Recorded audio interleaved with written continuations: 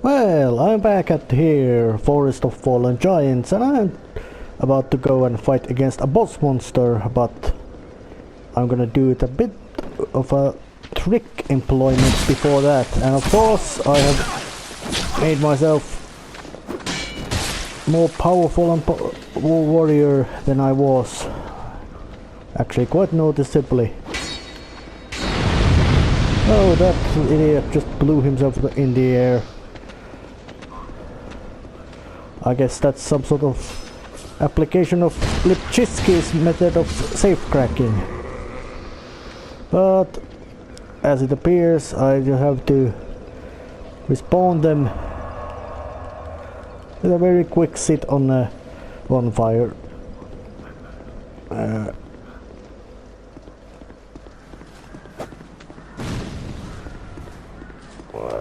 This.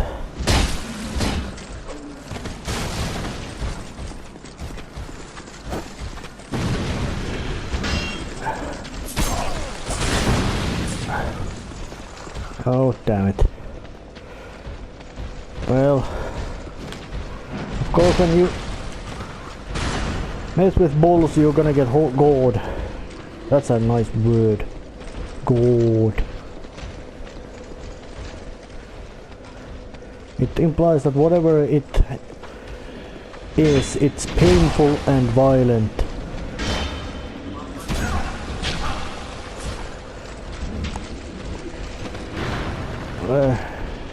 Come on, you little big lug.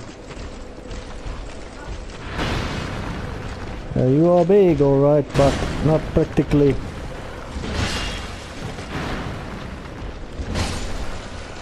Now I got rid of the small guy. And the big guy really doesn't seem to like this big hammer with spikes in it.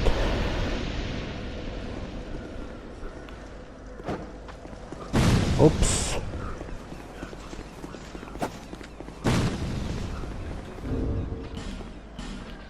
Down to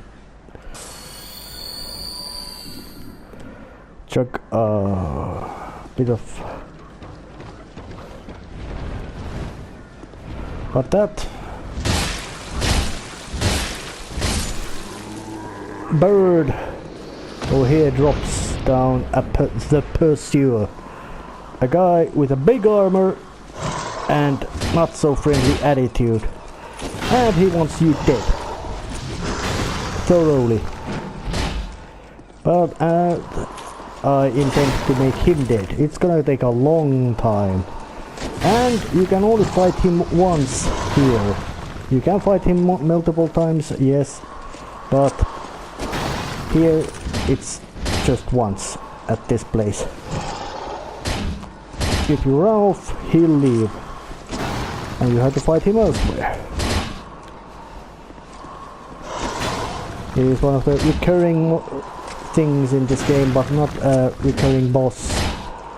There's a difference between a recurring boss and a recurring thing. Every Dark Souls has several recurring things. But he is not liking particularly well this spiky bludgeoning tool. Oops. I'm gonna make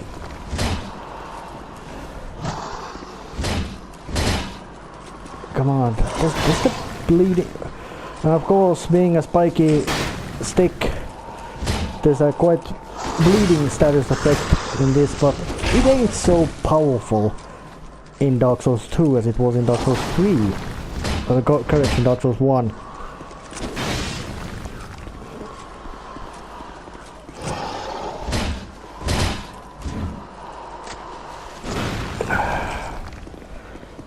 Fighting. Whoops. Whoop. Now I gotta get into bait to use that. Yes. And of course the bearer of the curse is now wearing some sort of weird infantry armor of padded jacket and that Spanish style helmet, and of course quite much of a whole mishmash of different armors and styles, but of course then he is a guy who loots them from his quite dead foes who don't pay much attention to their equipment state. It can be understood. But padded armor actually is really good. You can make it as thin or thick as you like, meaning the same technology is just applied to bigger scale. But practically it's probably even more efficient than leather armor, and it is a part of many other styles of armor like plate armor. But he went down, gave his soul and ring of plates, which adds. But fighting against him also woke up a couple of soldiers. But they are nothing compared to Pursuer.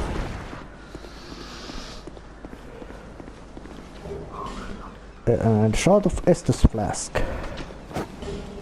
And piece of repair powder.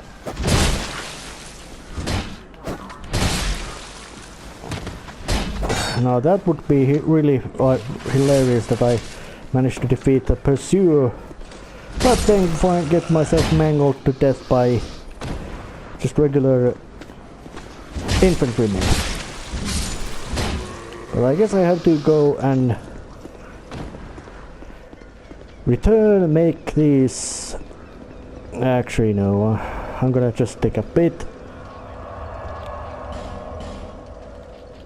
What does it say? Soul of the Pursuer who lurks in Drang Lake. The pursuers who seek the bearer of the sign will not rest until his target is slain. Use the special soul.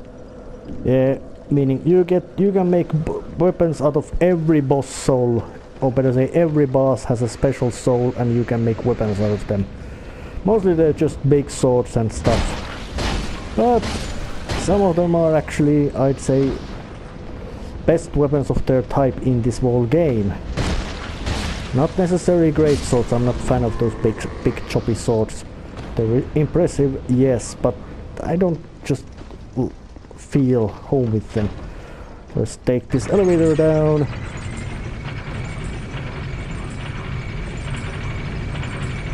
Oh, it was a big guy in the other elevator. I think he's angry. And here's another boss door. And infantry soldier just guarding this door. For what purpose? It's locked. I don't know. But there's space for some summon sellsword and Mildman head pate.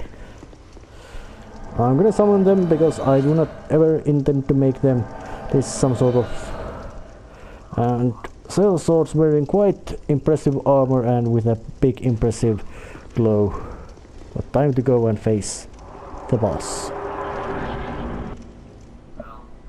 One of many possible first bosses of this game. Doesn't look good, healthy, some sort of hole in a head.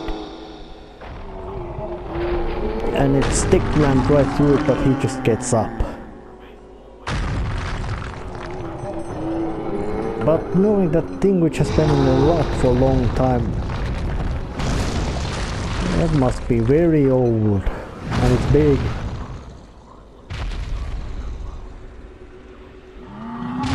But it's still attacking us without that impalement bothering it. Well, the last giant isn't particularly agile. But then again, knowing that being in that rock-like state for who knows how long, eternities, very ancient, since ancient times, he's probably not too well adjusted to his sudden physical activities.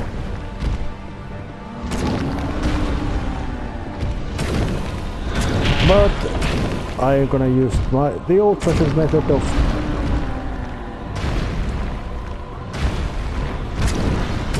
hacking off their legs until they just can't do any, until they just give up and die.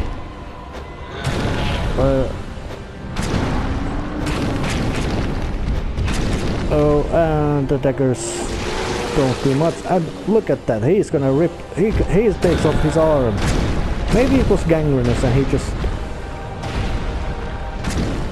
went to amputate it by himself. Well, if your arm is gangrenous, you need to amputate it, because if it's not amputated, you're gonna die.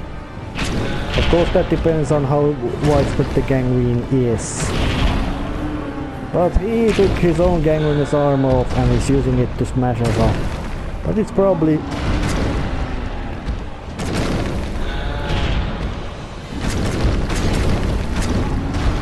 Stompy, stompy, stompy.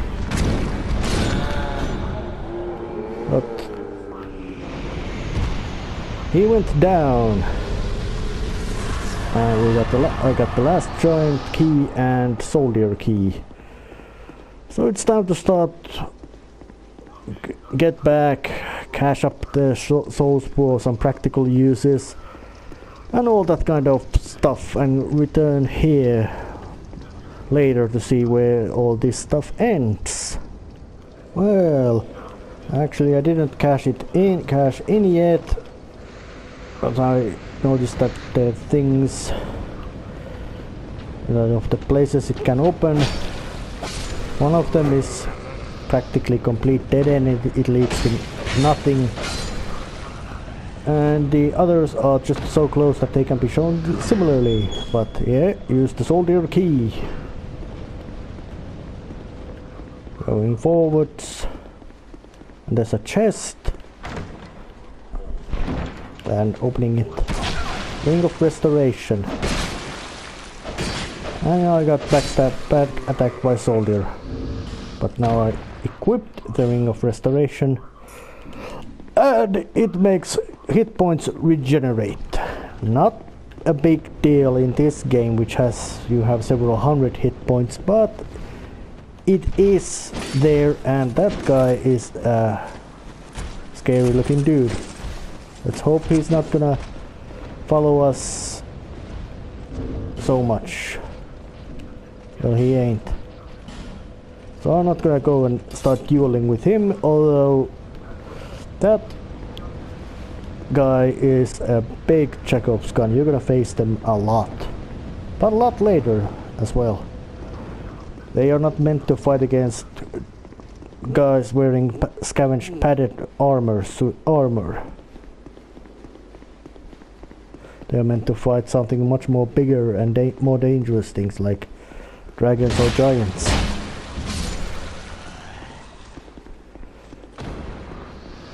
Oh, I'm now going to that place where don't get stab locked to death.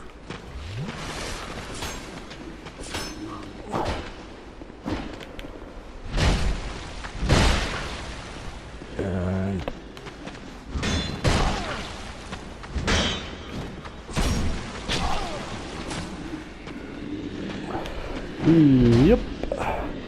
Those guys are quite annoying, not because of their attacks, but because they have shields and they know how to use them.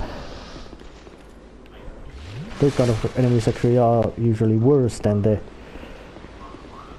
big and scary ones. But time to go here and open this door. This is the actual way to go forward after getting that soldier key, and that guy is an elite Grand Lake soldier. He carries a big sword, but he's still just a man wearing an armor and carrying a weapon. But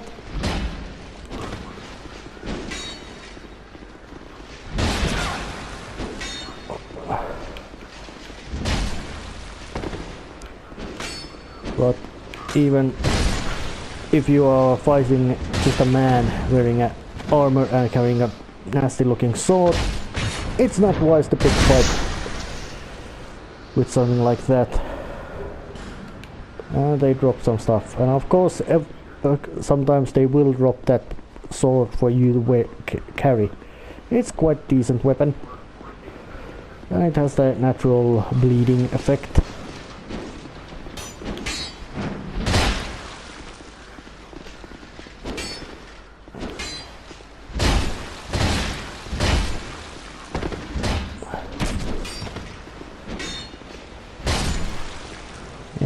It's some sort of combination of chest plate and body arm and chainmail. Not in a sense too fancy, but it's probably very practical armor. That one didn't have a fancy armor. But yeah, Dark Souls, old Dark Souls Trilogy, European style dark fantasy. Not something you would expect Japanese to do it. But that's what it is. But then again, if I remember right, Miyazaki, you could say the primary head honcho behind Dark Souls series, even though he's not actually the main man behind this game,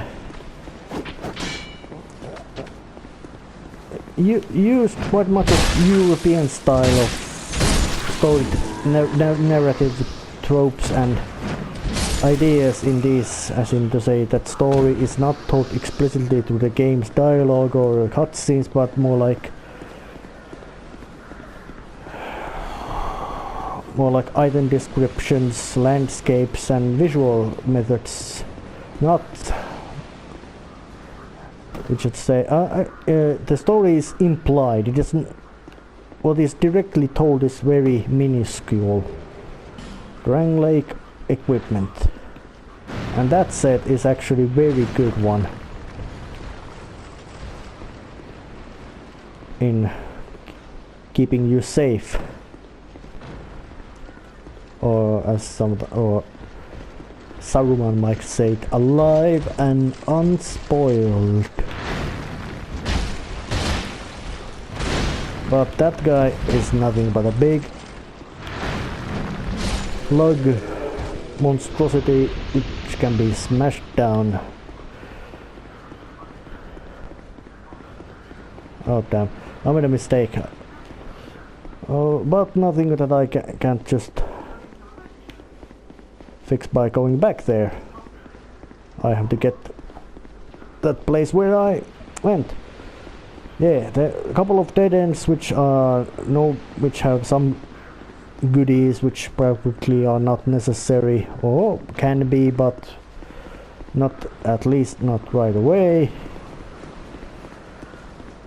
And this place was the battle of a boss fight, which didn't happen because I fought the boss beforehand. So it's time to, and those soldiers attacked those giant looking trees. I guess that's why it's the forest of fallen giants. Giants are dead and become trees.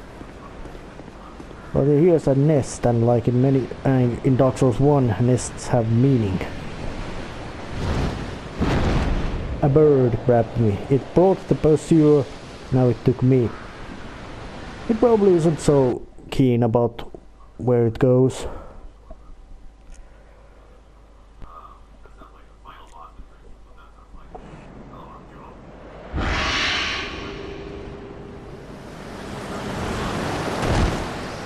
And this is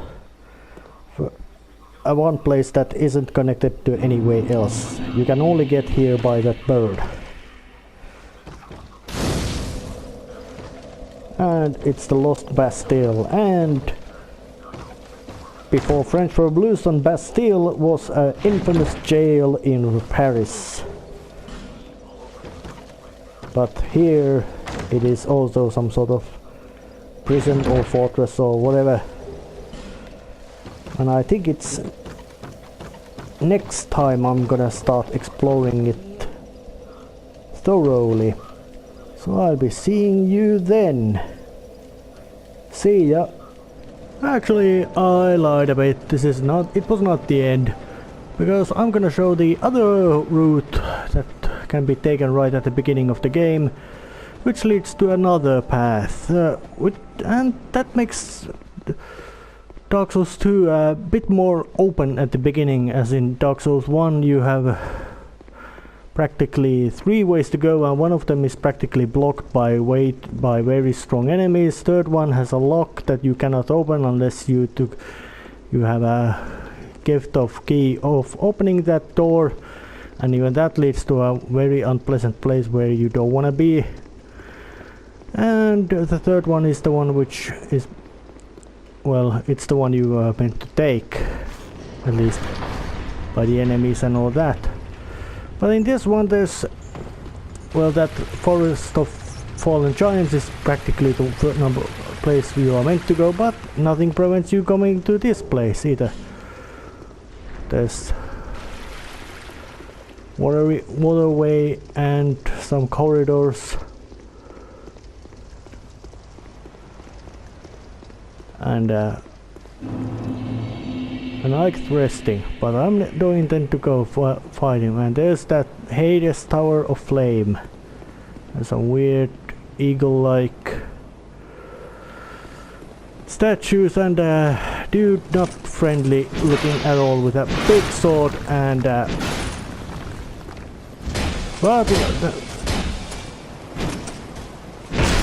but with a noble help of a big spiked hammer, it goes down pretty fast. And there's another one, but he's armed with a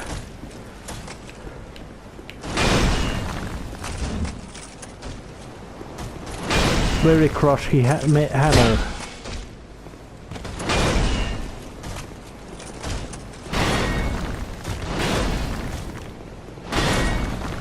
I personally think that this hammer guy with a big mace is more dangerous foe than the ones with sword and shield. Perhaps it's because of their hitboxes and and the fact how much damage they do. But time to go forward. Yeah.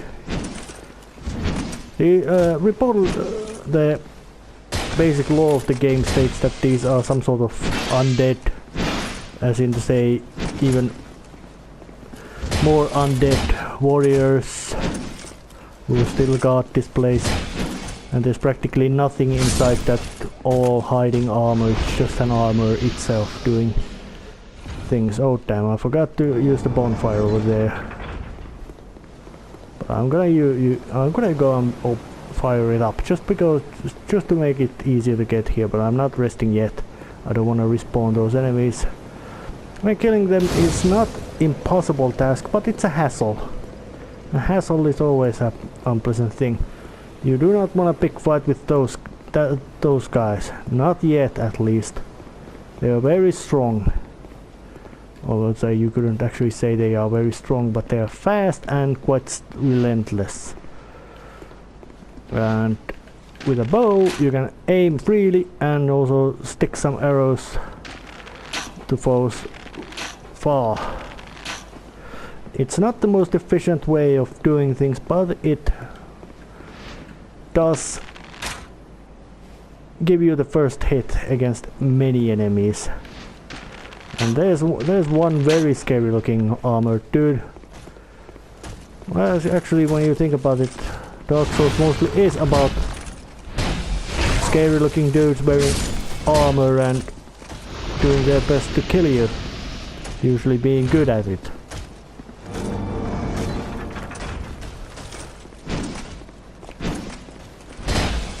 Oh damn, that was a bad idea. And of course, falling to that water down is an instant death. Not only to you, but to them. But it's quite difficult to actually use that to your advantage. Environmental kills in Dark Souls 2 are, well, there practically is no place where you can really make use of them. Oh damn. No. Come on, I'm trying to separate you two.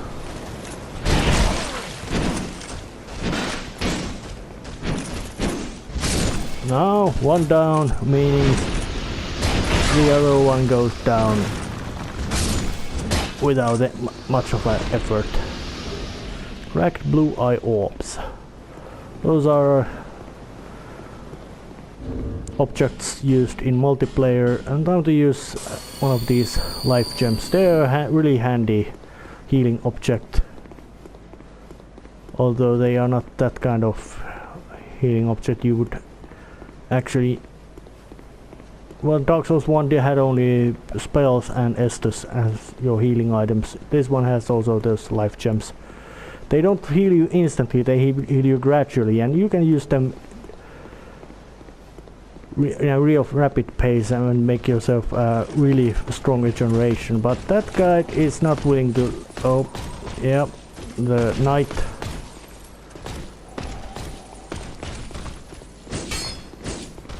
Wants to fight me. As you can see, this guy wearing a ragged armor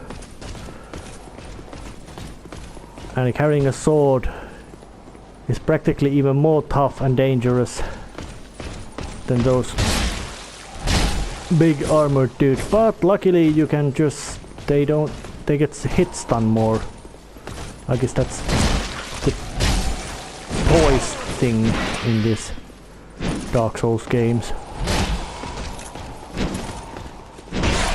Oh, and it hit me to the bloody water. I died. I'll be back there. Okay. Back. Did some culling of those big dudes. So I'm going forward.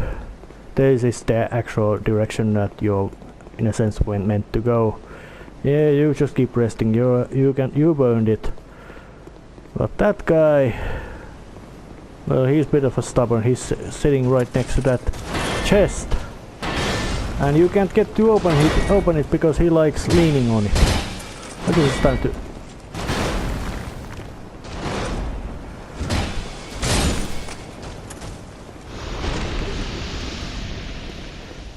Yeah. Do you mind moving around from that chest? No, he doesn't. Well, now he does. Couple of arrows to the body should.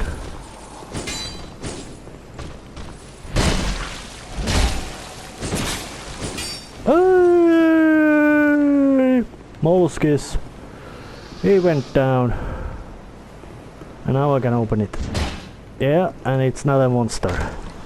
These metal chests are, well, they may sometimes be horrifying mimic monsters, but that wasn't. They show up only much later.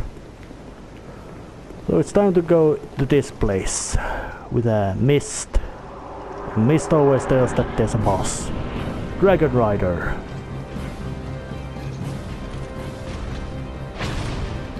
And there's a trick that you can actually make him to just dive straight to the water by himself and kill and do a suicide.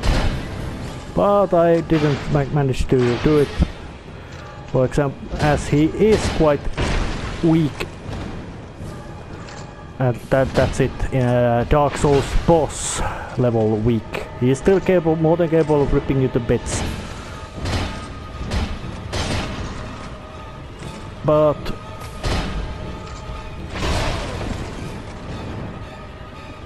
you still don't wanna be excessively careless about him. But now he went down.